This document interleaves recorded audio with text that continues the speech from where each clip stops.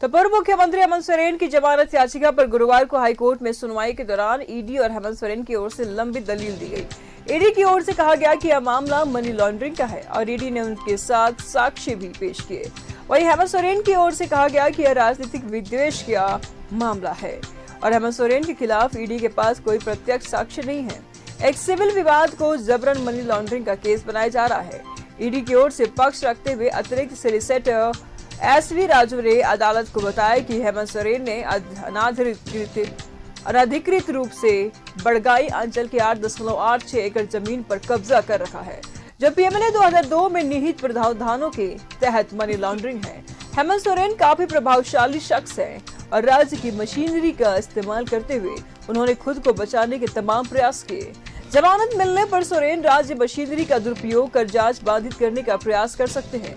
राज्य में जमीन घोटाले में हेमंत सोरेन से जुड़े केस की चार्जशीट में ईडी ने बड़ा खुलासा किया है। ईडी ने बताया कि हेमंत सोरेन के नाम पर जमीन की एंट्री रजिस्टर 2 के करने की तैयारी थी, ताकि उनमें अवैध कब्जे वाली 8.86 एकड़ जमीन की वैधता कायम की जा सके। पूर्व सीएम हेमंत सोरेन के कब्जे वाली 8.86 एकड़ जमीन के 2 प्लान 979 और 996 का फर्जी पेपर बलका पाहन और असगर हुसैन के नाम पर बनाया गया है।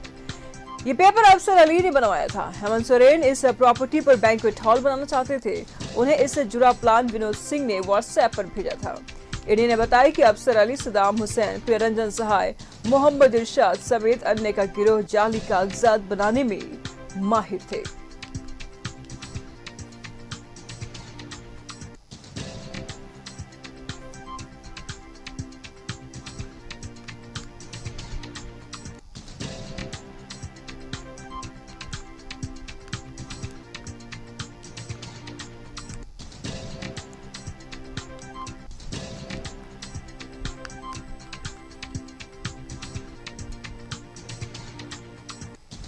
तो हेमंत का नाम रजिस्टर 2 में दर्ज करने की साजिश रची गई थी।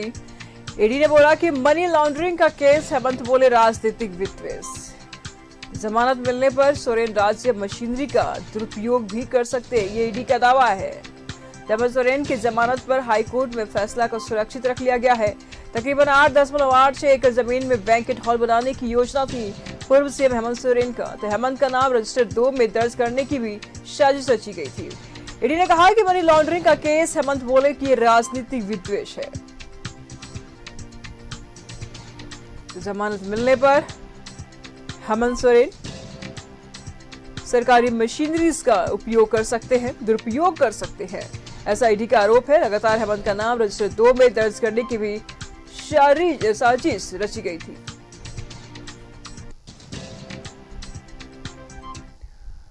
तमाम जानकारी के लिए दीपक इस वक्त हमारे साथ जुड़ चुके हैं। हेमंत, क्या कोई जानकारी सामने आ रही है इस पूरे मामले पर?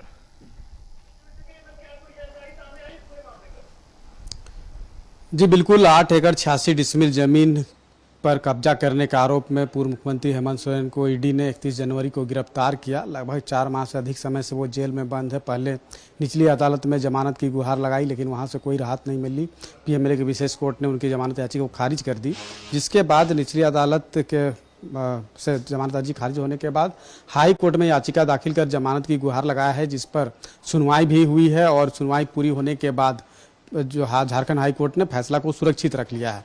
लेकिन जिस तरीके से ईडी के द्वारा जो बहस की गई कोर्ट में, बहस के दौरान जो बताया गया, उसको अगर आप देखें तो कहीं ना कहीं इस पूरे मामले में जो ईडी ने जो जांच में जो तमाम तथ्य और सबूत जो इकट्ठा की है, उसके माध्यम से पूरा काला चिट्ठा जो है वो खोल कर रख दिया है। किस तरीके से उस जमीन पर एक तो जांच शुरू होने से पहले, ईडी की कार्रवाई से पहले वहां पर क्या कुछ जो है उसकी योजना तैयार की गई थी, बाकायदा बैंक्वेट हॉल बनाने की तैयारी चल रही थी। और इसके अलावा जमीन को जो पंजी 2 में चढ़ाने की जो तैयारी थी वो की जा रही थी। तो ये तमाम जो प्रयास है वो ईडी की कार्रवाई से पहले की जा रही थी। लेकिन जैसे ही ईडी इस मामले में इंटर हुई और दबिश दी, लगातार इस मामले को लेकर के पूछताछ के लिए पूर्व मुख्यमंत्री हेमंत सोरेन को समन भी किया, तो हेमंत सोरेन की गिरफ्तारी से पहले ही वह जमीन जो है वो मूल रैयत जो राजकुमार पाहन है उनके नाम पे हस्तांतरित हो गया। तो इस पूरे मामले में अगर देखें तो एक तरफ ईडी की जो कार्रवाई है उससे पहले जो तैयारी चल रही थी, जो साजिश रचने की बात जो ईडी के द्वारा की गई कि वहाँ पे बैंक्वेट हॉल बनाने की तैयारी थी, पंजी 2 में नाम चढ़ाने की तैयारी थी, लेकिन जैसे ईडी की कार्रवाई शुरू हुई फिर कहीं ना कहीं बचने का जो प्रयास है वो किया गया।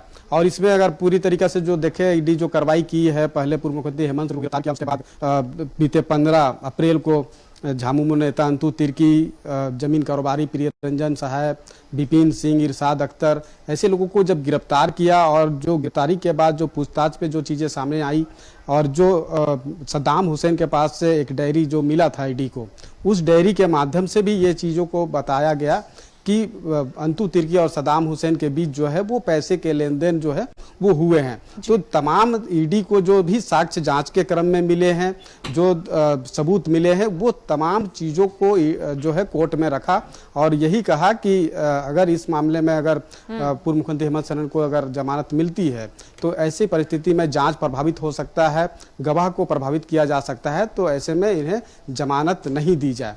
लेकिन वहीं अगर पूर्व मुख्यमंत्री हेमंत सोरेन का जो पक्ष रख रहे हैं अधिवक्ता की बात करें, जिसमें कपिल सिब्बल ने भी कोर्ट को बताया कि ये जमीन जो है जमीन का मामला है, जमीन मामला जो है वो एक तरीका से सिविल मैटर होता है, ना कि क्रिमिनल मैटर, जिसके तहत पीएमएलए के तहत कोई कार्रवाई नहीं हो सकती है। और ये जमीन जिस जमीन के मामले में पूर्व मुख्यमंत्री हेमंत सोरेन को गिरफ्तार किया गया है, भुइयारी नेचर की जमीन है और ये जमीन की खरीद बिक्री नहीं होती है और हेमंत सोरेन के नाम पे कोई ऐसा दस्तावेज जो है वो ईडी के पास नहीं है जिससे ये साबित हो सके कि पूर्व मुख्यमंत्री हेमंत सोरेन का उस जमीन पर कब्जा है। तो ये कपिल सिब्बल ने हेमंत सोरेन की ओर से बहस के दौरान अपना पक्ष रखा है। लेकिन ईडी के तरफ से जो काला चिट्ठा खोला गया है, जो जांच में और पूछताछ के क्रम में जो भी जानकारी मिली है उसको कोर्ट में जब रखा गया, बताया गया, तो इसमें ये बताया गया कि कई तरह की जो योजना है वो चल रही थी उस जमीन पर कब्जा करने को लेकर। और जिन जिन लोग सिंडिकेट में शामिल है, चाहे अफसर अली की बात करें, चाहे सद्दाम हुसैन की बात करें, ये लोग फर्जी दस्तावेज बनाने के मास्टरमाइंड है और इन्हीं के मार्फत जो है एक सिंडिकेट में जितने लोग थे उन लोगों के माध्यम से उस जमीन को पंजी 2 में चढ़ाने की कोशिश जो है ये भी वो की जा कह रही है कि हेमंत सोरेन अगर बाहर आते हैं तो वो सरकारी मशीनरीज का दुरुपयोग कर सकते हैं। जी बिल्कुल, ये बात तो कहा ही गया है ईडी के तरफ से कि अगर मामले में अगर पूर्व मुख्यमंत्री हेमंत सोरेन को जमानत मिलती है तो ऐसे परिस्थिति में गवाह भी प्रभावित हो सकते हैं और जांच भी प्रभावित हो सकती है, इसलिए जमानत नहीं दी जाए। डिवीजन बेंच ने भी माना है, जो ईडी ने बताया है कि डिवीजन बेंच ने भी माना है कि हेमंत सोरेन की जो गिरफ्तारी हुई है वो लीगली गिरफ्तारी हुई है, इसलिए इन्हें जमानत नहीं दी जाए। तो जमानत की राहत पूर्व मुख्यमंत्री हेमंत सोरेन को नहीं मिले, इसको लेकर ईडी जो है वो तमाम तथ्य को जो है वो कोर्ट में रखा है और बहस के दरमियान कोर्ट को बताया है। लेकिन अब जबकि अब ऑर्डर रिजर्व हो चुका है, अदालत अपना फैसला सुनाएगी तो और अपना फैसला जब सुनाएगी तभी तमाम चीज़ें स्पष्ट होगी कि क्या पूर्व मुख्यमंत्री हेमंत सोरेन को राहत मिलेगी या फिर जेल, जिस तरीके से जेल में लंबे समय से बंद है, आगे भी जेल में बंद रहेंगे। लेकिन इस पूरे मामले को आप देखें तो जिस तरीके से ये कार्रवाई हुई है और इसमें एक के बाद एक 11 लोगों की गिरफ्तारी हो चुकी है, जिसमें कोलकाता निबंधन कार्यालय के 2 कर्मी है, डीड राइटर है, जमीन के जो कारोबारी है वो है, जेएमएम नेता अंतु तिर्की है। तो जिन लोगों से जो लेन देन हो या फिर उस जमीन का फर्जी दस्तावेज बनाने की जो तैयारी चल रही थी उन सभी को जो है ईडी ने गिरफ्तार किया है और इस मामले की जो जांच है अभी भी चल रही है। हालांकि ईडी ने चार्जशीट भी दाखिल कर दिया है, सभी पर चार्जशीट दाखिल कर दिया है और उस चार्जशीट में तमाम चीज़ों को मेंशन किया है जो ईडी अपने जाँच में पाया है और जो भी साक्ष्य और सबूत मिले हैं।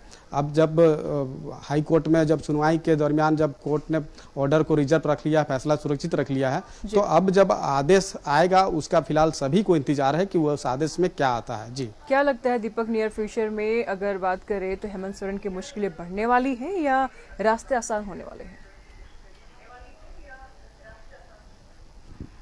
देखिए, ये न्यायिक प्रक्रिया है और न्यायिक प्रक्रिया के तहत ही दोनों पक्षों को सुनने के पश्चात कोर्ट ने ऑर्डर को रिजर्व रखा है और अपना आदेश जब सुनाएगा तभी तमाम चीज़ें स्पष्ट होगी। तो इस पे हम और आप नहीं कह सकते हैं कि क्या पूर्व मुख्यमंत्री हेमंत सोरेन को राहत मिलेगा या नहीं मिलेगा। ये जुडिशरी मैटर है और जुडिशरी मैटर पे नहीं बोल सकते हैं। जी। कोर्ट का जब फैसला आएगा तो तमाम चीज़ें स्पष्ट होगी। हाँ, ये जरूर है कि मजबूत पक्ष, मजबूत दलील जो है कि कौन रखा है, तो दोनों के तरफ से मजबूत दलीलें रखी गई है। जिस तरीके से कपिल सिब्बल ने भी कोर्ट को बताया है कि ये एक सिविल मैटर है और सिविल मैटर है, जबकि ये इसे मनी लॉन्ड्रिंग के तहत जो है इस पर मामला बनाया गया है।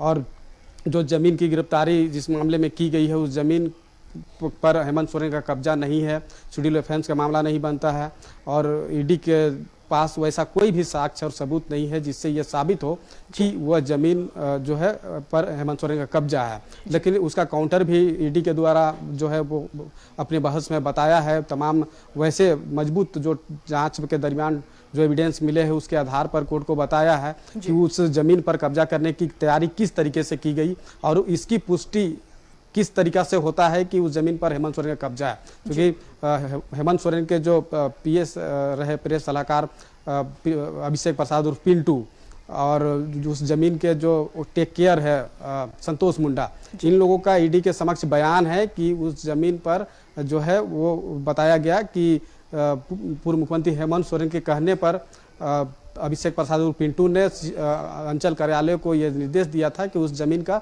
सर्वे कराए और फिर बड़गाई अंचल के जो निलंबित उप राजस्वकर्मी है जिनकी गिरफ्तारी इस मामले में भी हुई है, तो उन्होंने उस जमीन का सर्वे कराया। जो उस जमीन के जो टेक केयर है, जो जमीन के देखरेख करते थे संतोष मुंडा, उनसे भी ईडी ने वहां पे जाकर के पूछताछ की थी, तो उन्होंने बताया था कि यह जमीन जो है वो हेमंत सोरेन का है।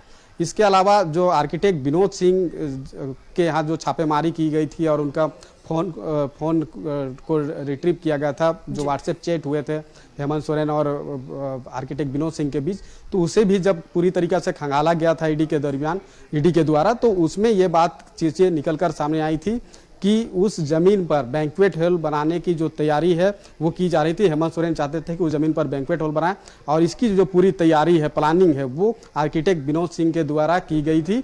बाकायदा उस जमीन पर बैंक्वेट हॉल बनाने को लेकर नक्शा भी बनाया गया था। लगातार हम आपसे अपडेट लेते रहेंगे। फिलहाल शुक्रिया आपका इन तमाम जानकारियों के लिए।